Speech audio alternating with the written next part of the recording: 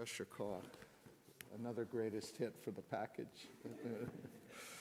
I wanted to give you a moment, if any of you here wanted to even temporarily take the front pew there so that I could actually talk to you and you didn't have to look at my back. So I wanted to give you that option if that's something you wanted to exercise here, especially Rabbi Emily, you, because these words are in your honor. So if you feel comfortable or to do that for just a moment, I want to give you that option.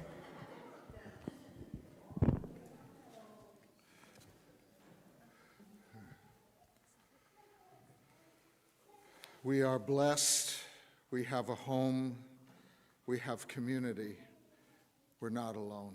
I just thought of those words as I was coming down here, and it's so apropos to give that handoff that way, and for you honoring me by inviting myself and Rabbi Simcha and I being here, and some of the other Recon Renewal double dippers who are here, and legacies of those traditions which also infuse the voice of the heart, Kol Halev, as well. And thinking about the relevance and the purpose of community today. In reconstructing Judaism renewal fashion, we honor our tradition and what these times call us to bring back to life, to connect with. And so I immediately thought of that line in Exodus, our first community building activity as a people so soon after finding liberation, which we're going to celebrate again in Pesach so soon, and the first capital campaign. Ve'asu li mikdash v'shachanti betocham. We get that direction, build me a sanctuary, don't just amble around aimlessly in the world, and I will dwell in you, in them. So that is really core, right? Solomon, centuries later, echoes that at the inauguration of the actual temple in Jerusalem when he says, this is beautiful, and we all know it doesn't contain your spirit. Almost planting the seed for us to witness the evaporation of a building and to know that that spirit goes with us wherever we go, that hamakom, the place in which we are, is what defines community, whatever building is or is not around us. Though this is beautiful. Well done, everybody, 4 years ago. So I think of that. I think of, and as I say this, by the way, think of what Jewish community or community in general means to you. Think of what's getting evoked as you hear these words, right? The Rambam, another couple thousand years later, talks about what does it mean to settle in a community. And he says, one who settles in a community for 30 days becomes obligated to contribute to the tzedakah fund with other members of that community, right? So after 30 days, you may not have, been with the membership chair and filled out the application, but if somebody's in need, you're already asked to give to that. One who settles there for 3 months becomes obligated to contribute to the soup kitchen, to feed other people. One who settles there for 6 months becomes obligated to contribute clothing with which the poor of the community can cover themselves. And one who settles there for 9 months becomes obligated to contribute to the burial fund for those who have died. Because, your time may come as well, and we figure you're probably going to become a full member. You've been there. And if you notice the rhythm of that life in terms of how we are born with each other, community, the Rambam as a physician has picked the gestation of a human being as the marker of what it means to grow into community. The first vulnerable 30 days, the first trimester, and finally, you're born into the fullness of community with all its obligations and its benefits. But you're never just kind of checking it out and taking as you go. Right from the beginning, you're on an edge of how do I contribute to these people, because it's not just something I'm receiving, it's not a country club, it's a covenant, right? And by the way, that's the easiest way to become more part of the covenant, is to give something. Since we came back from COVID, we have greeters. And we ask part of our covenant of membership at Mishkan Shalom in Philadelphia that you can do one volunteer thing a year, minimally. And the people who sit, the new members especially, I try to get in the greeter seat as soon as possible, because right after that first Shabbat, when they welcome other people, they don't feel so new anymore, right? And so each of these things, what it means to build a community is not only to hold out or to say, you want to articulate your needs being met, But defining yourself as a member of a covenantal community does not mean, am I getting all my needs met or not? Right? How I show up. Someone has a loss. I may not know them. You don't have to know someone to be there in their moment of loss. Showing up is what community means. And then let's jump ahead a little bit further in this little Google slideshow of community reflections. Martin Buber in I and Thou, his landmark book, said the true community does not arise through people having feelings for each other, though it is instrumental in that, but through first taking their stand in a living mutual relation with a sacred purpose, a living center that brings them together, that they say yes to, that those feelings may be engendered from.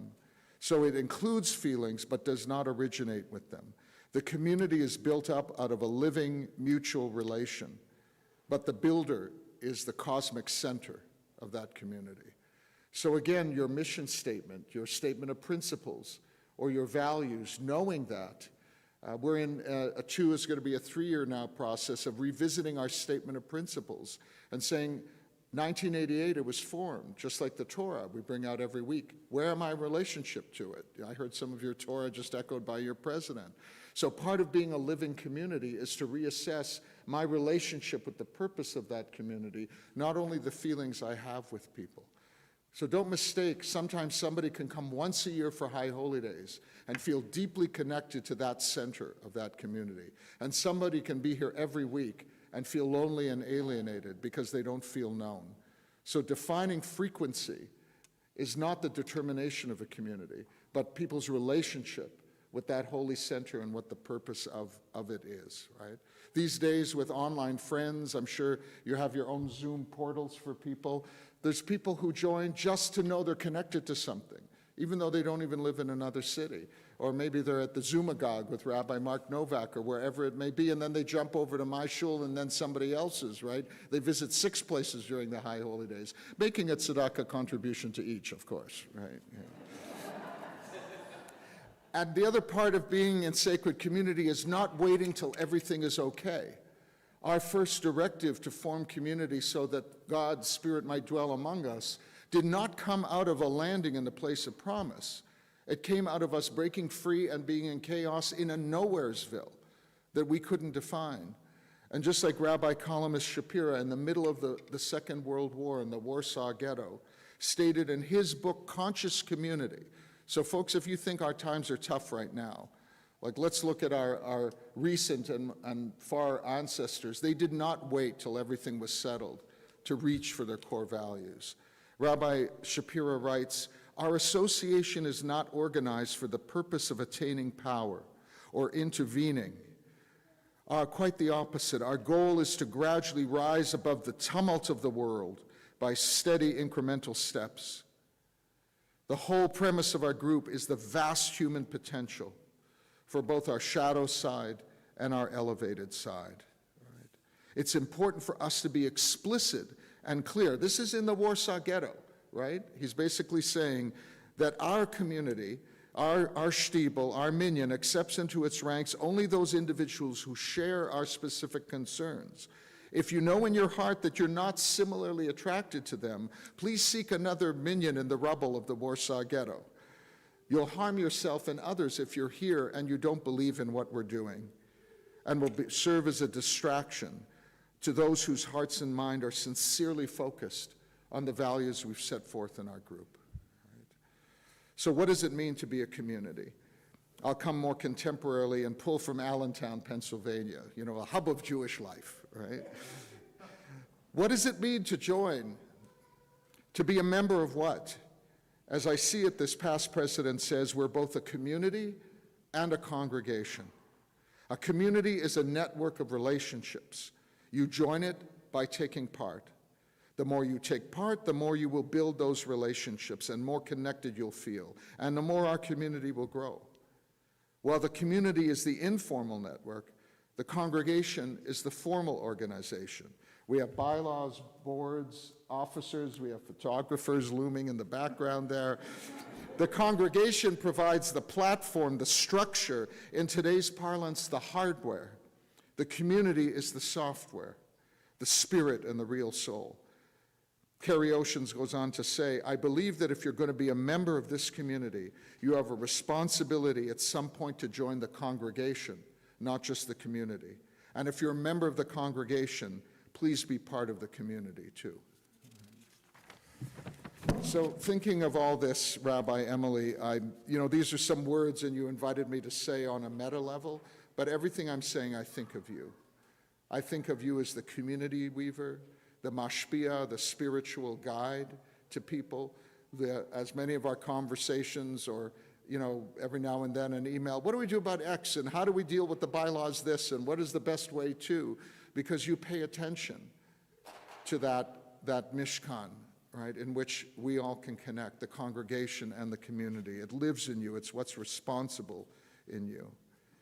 And as Rabbi Staub and Alpert said in Exploring Judaism, trying to channel Rabbi Kaplan's understanding at the base of Reconstructing Judaism as a movement, when Kaplan defined Judaism as a religion of ethical nationhood, he sought to express our conviction that the Jewish civilization is a means to a greater ends in its fulfillment. And this is now what community means today for us, in the face of what's going on in Gaza and Israel, in racial upheaval and the socioeconomic changes, amidst climate justice, and whatever Kol Halev, the voices of the heart you're dealing with here, amidst things in Baltimore, amidst a bridge crashed into and the harbor, right? That means the fulfillment of the individual and the responsibility of the individuals to treat each other as reflections of the divine, and the responsibility of each community to seek global justice and peace among all communities.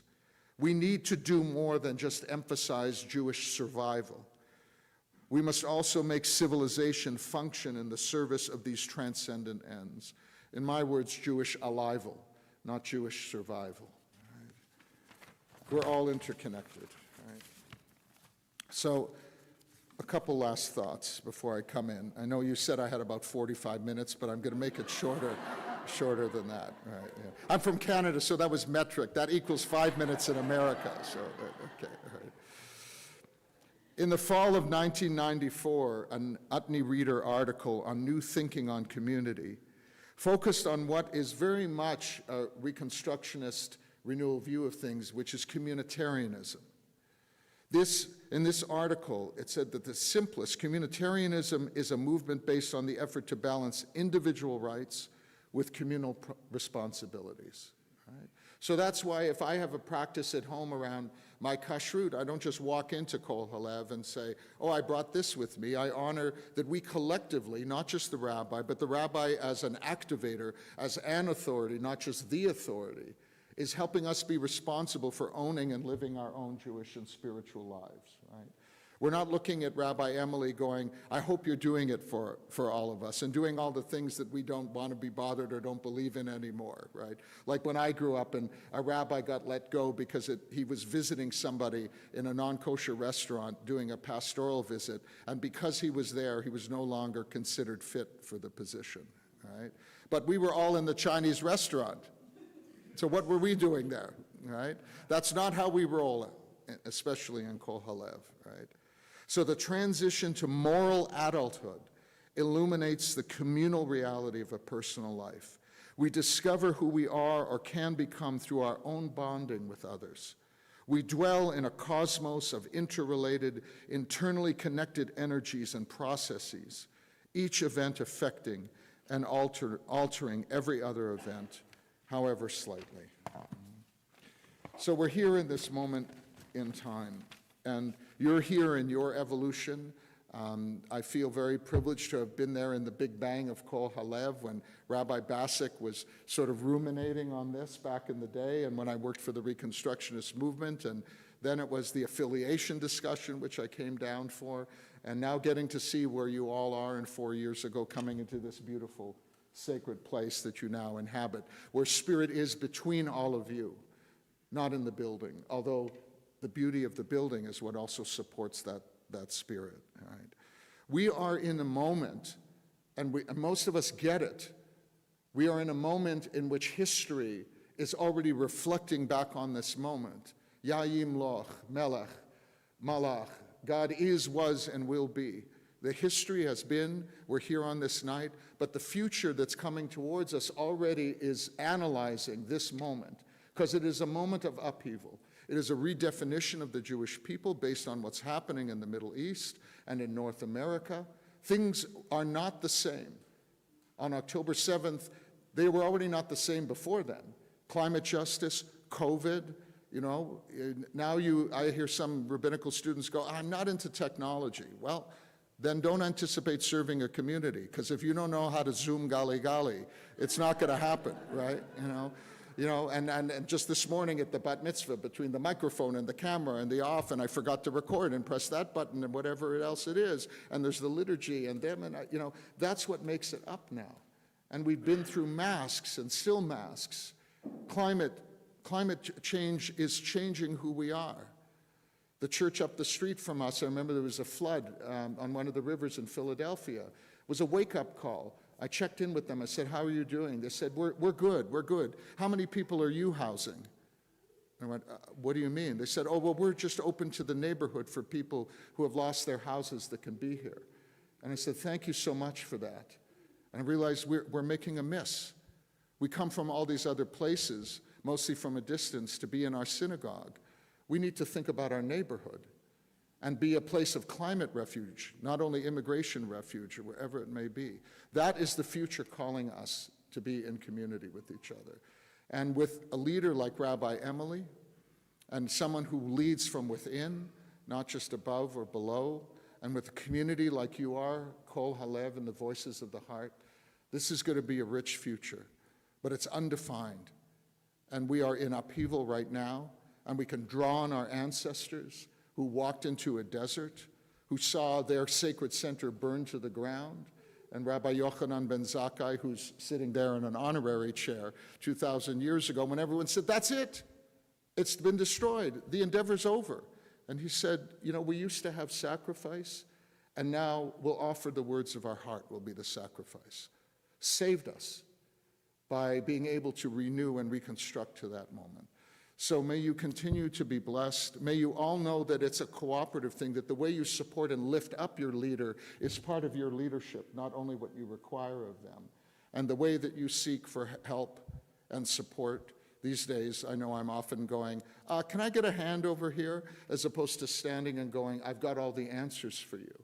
And I thought that was, especially in the COVID age and after October 7th, I had to let go of my own self-image of leading.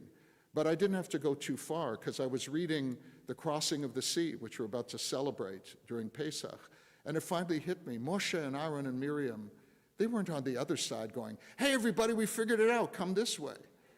They went in amongst and together with the people. Together, all these thousands of us so strong. My theory is we displaced the water, like in a bathtub. We all went in at one point, and all the water went aside. And then the Egyptians, God bless them, those lives lost, were in military singularity with chariots. And so they had no displacement. They were too vulnerable by being a thin string, as opposed to a huge community jumping in the deep end and pushing all the weeds aside.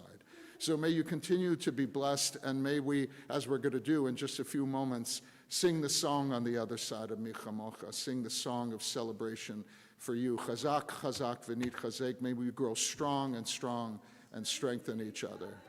Amen.